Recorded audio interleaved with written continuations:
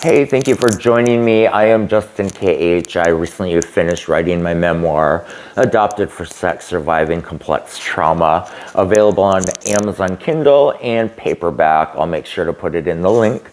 I just wanted to give a disclaimer to everybody that this book goes pretty deep and dark. So if you're expecting maybe something happy to come out of this, this is not your type of book.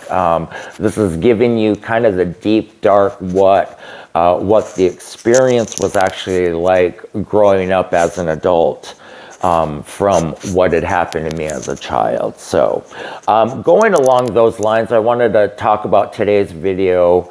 I've been wanting to talk about it for a while, but I didn't know specifically how to put it together to make sure that it's an educated, informative explanation of what I'm giving. So we hear in the media all the time, 16-year-old sentenced to juvenile detention for 5 years, transferred to prison, tried as an adult for a sex offense against a child. And they go away, but you don't really know what happens. And in most cases, they are required immediately to attend sex offender treatment.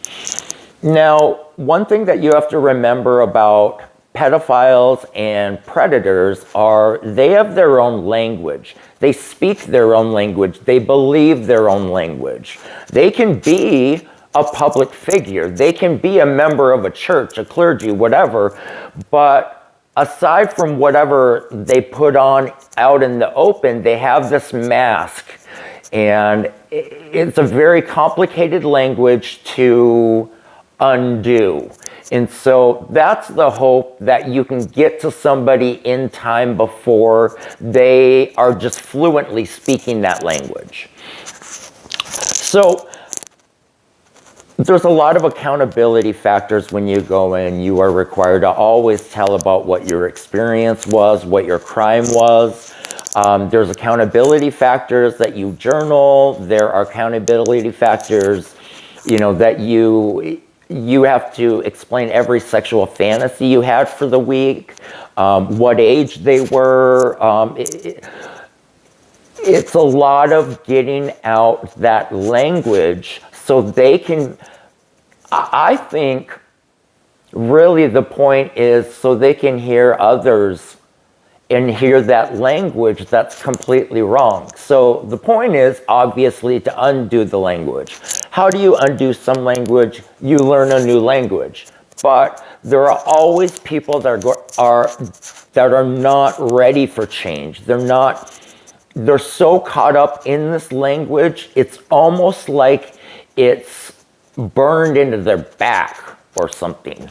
So again, sex offender treatment hopefully is to catch this idea that a person has that was probably drilled into them. They were groomed themselves.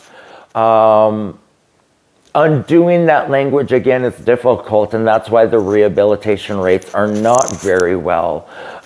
My situation I felt was different because I didn't ever feel like I was a predator. I felt it was my situation.